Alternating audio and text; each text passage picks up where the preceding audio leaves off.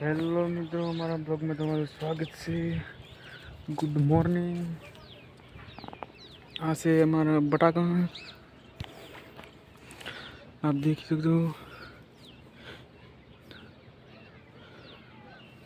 30 દિવસ થયા છે।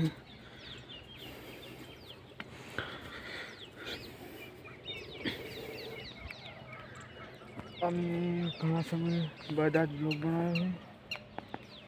આ છે હારું। શું લાવ્યું?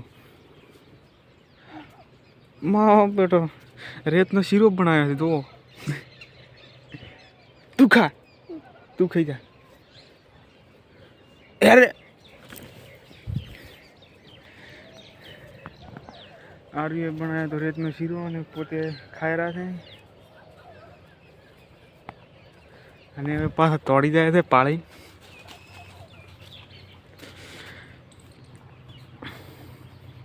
જો ચો હતા ને અમે તો બટાકા વાયા છે, તમાકુ વાવી છે।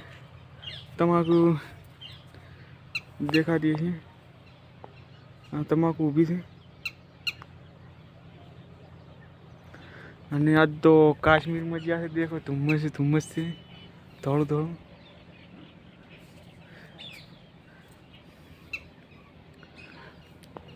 આ છે મારું ઘર। અને આજે જાઉં છે પાટણ, થોડુંક કામ છે।